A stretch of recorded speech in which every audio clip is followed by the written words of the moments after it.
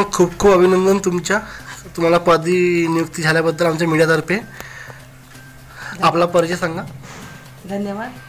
मी Lakshmi Savarkar, Rashtrawadi Congress party नवनियुक्त महिला अध्यक्ष म्हणून माझी नियुक्ती झालेली आहे.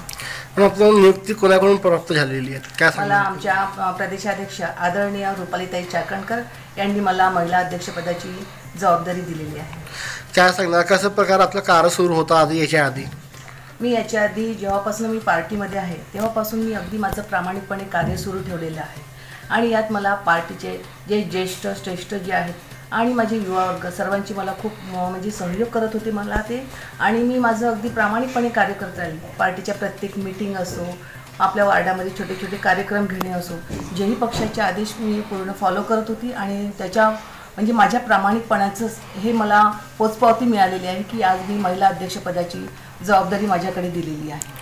आता तुम्ही ह्या इतकी जबाबदारी दिलेली आहे, किती जिल्हा तुमच्या, किती वार्ड तुमच्या अंडरमध्ये येत आहे, किती लोक तुम्ही समोर या प्रकारे आता महानगरपालिकेचं इलेक्शन येत आहे 2022च्या, कसे प्रकार आपला कार्य सुरू राहणार महिलांसाठी आपण काय काय करणार आहे, काय सांगणार तुम्ही? आमचे राष्ट्रीय अध्यक्ष आदरणीय पवार साहेब हे नेहमी सांगतात की आपण नेहमी 80% समाजकारण आणि 20% राजकारण केले पाहिजे.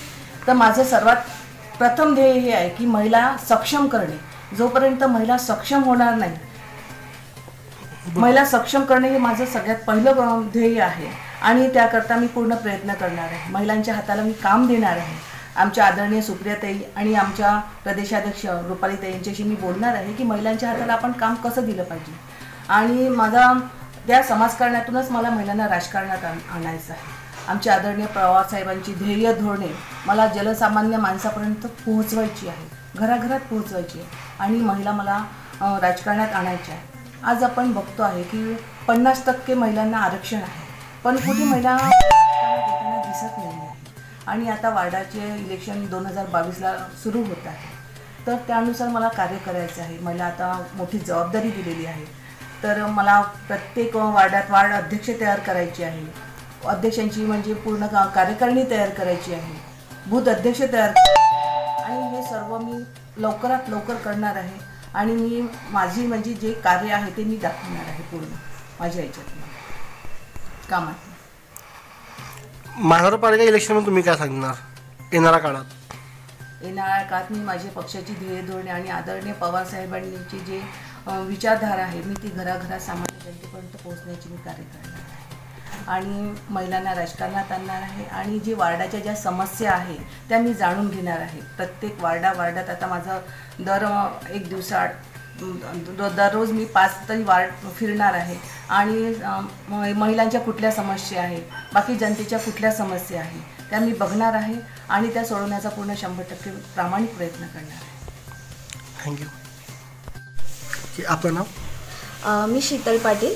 मी माननीय लक्ष्मीताई सावरकर यांसोबत काही खूप वर्षापासून जुळलेली आहे. आज त्यांची नागपुरात माननीय लक्ष्मीताई सावरकर यांचे आज शहर महिला अध्यक्ष म्हणून नियुक्ती झालेली आहे राष्ट्रवादी काँग्रेसला. त्यामुळे मी त्यांचे खूप खूप अभिनंदन करते. त्यांचा साधेपणा आणि उच्च उच्चार यामुळेच त्यांना आज हे पद मिळालेलं आहे. आणि भविष्यात अजून त्या अशा शिखरावर चढत राहावं यासाठी मी त्यांचे खूप खूप अभिनंदन करते आणि शुभेच्छा देते.